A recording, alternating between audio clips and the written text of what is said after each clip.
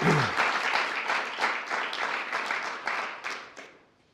good afternoon, folks. Doctor, thank you for sharing your story, and I'm sure there's others like it.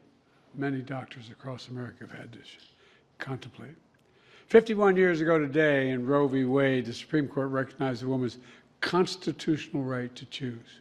Constitutional right to choose. The right to make a deeply personal decision with her doctor, free from the interference of politicians. I believe Roe v. Wade was right. I'm not supporting, they didn't support abortion on demand. It was Roe v. Wade. Roe v. Wade was the decision. And a majority of Americans agreed. But then a year and a half ago, this Supreme Court made an extreme decision overturning Roe with their Dobbs decision to rip away a constitutional right from the American people, which had never been done before, a fundamental right ripped away, important to so many Americans. A right that is vital to a country founded on the idea of freedom. I said on that day that Roe was overturned. The health and lives of women in this nation would now be at risk, and that has unfortunately proven to be true. They've been at risk. It made them at risk, put them at risk. Today, in 2024, in America, women are turned away from emergency rooms, forced to travel hundreds of miles to get basic health care in another state that may have a different rule, forced to go to court to plead for help. Thanks to the mothers of two in Texas, a mother of two in Texas who was pregnant with her third child. From her doctor, she received the news that no one wants to hear. The life of the child and her own life were at risk if she continued her pregnancy. But instead of being able to receive care from her doctor, she was blocked by the state of Texas Attorney General and the state Supreme Court. Think about that. As she and her family were going through the frightening, heartbreaking ordeal, she had to fight extreme politicians in the court. They turned a deeply private and painful matter into a public matter. She ultimately had to leave the state to get the help she needed to protect herself and her ability to have more children in the future. The cruelty is astounding. An affront to a woman's dignity, being told by extreme politicians to wait, to get sicker and sicker, to the point where her life may be in danger before you can get the care you need. That cruel reality is a result of extreme Republicans who for years have made it their mission to end the Roe v. Wade decision. Since Roe was overturned in 21 states, abortion bans are now in effect, many with no exception for rape or incest. We have doctors with us today who are on the front lines of this crisis. And they can attest to the consequences that these extreme laws are having on doctors and on their ability to care for their patients.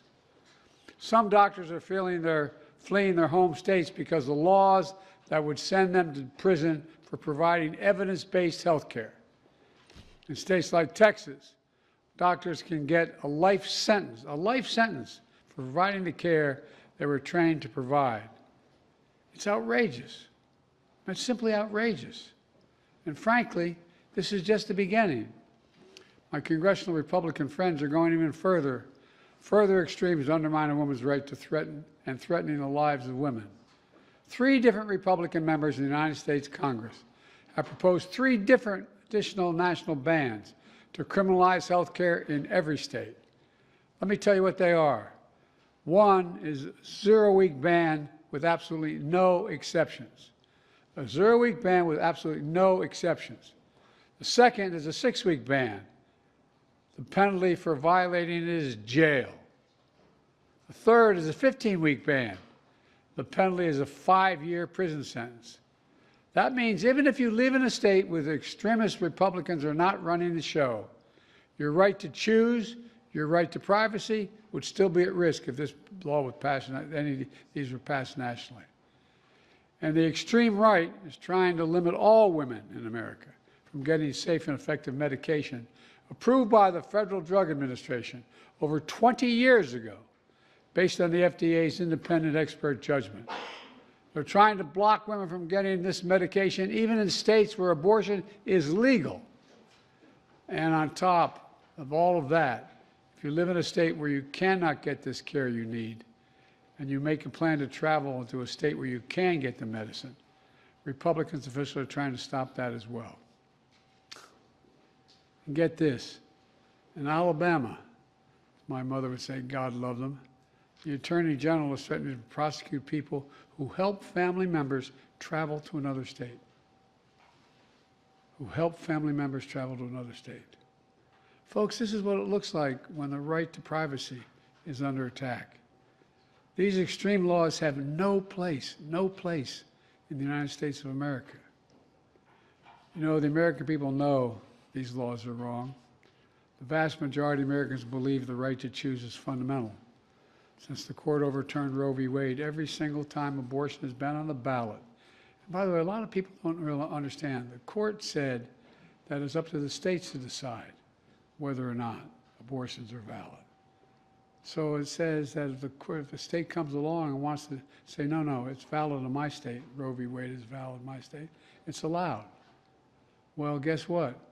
Every single time that decision was put before the people of the state on the ballot in Ohio, Kansas, Michigan, Kentucky, voters have voted to protect reproductive rights. And we need these protections in every state because your family to have access to health care should not depend on your zip code. It should not depend on your zip code. As I made clear, we have to do what the Supreme Court decision in Dobbs would allow, and that is Congress must codify Roe v. Wade for all the states in America. Stop playing politics of the women's lives and freedom. Let doctors do their job. Let me say it again.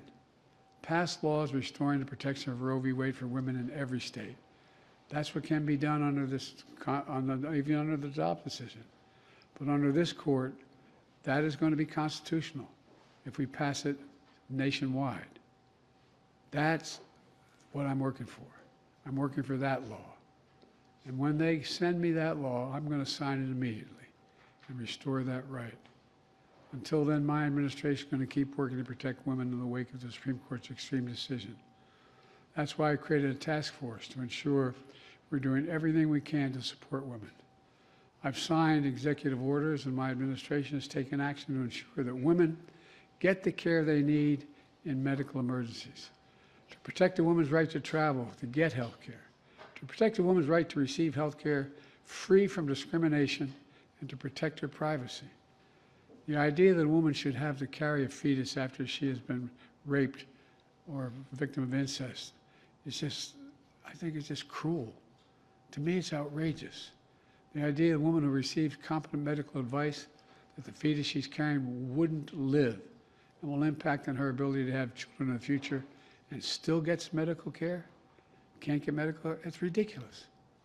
I could go on, but I'm already taking too much time. I want to thank the Vice President of the United States, Kamala Harris, for her leadership in this important issue as she travels the country in her fight for freedom. I'd also like to thank the Gender Policy Advisor, my Gender Policy Advisor, Jen Klein. Jen, where's Jen sitting? There you are, Jen. Thank you. And Secretary Becerra, sitting right next to her, for their leadership in this task force. And I want to thank all the members of my cabinet here today, including the Attorney General, for leading efforts at the Department of Justice to protect reproductive rights in court, and Secretary McDonough for leading important work being done at the VA. I know the folks across America are worried about what they're seeing happening to women all across America. I hear about it everywhere I go. My message is we're fighting hard to reinstate your rights and the rights to protect women and families and doctors who care for those women. And we need the American people to keep making their voices heard. So congressional Republicans finally get the message that these laws do not represent the United States of America. Your voice will have a final say. This is not over. With that, I'm going to sit down and we're going to get to work. Thank you all for being here, and let's get this done. It's important. Thank you.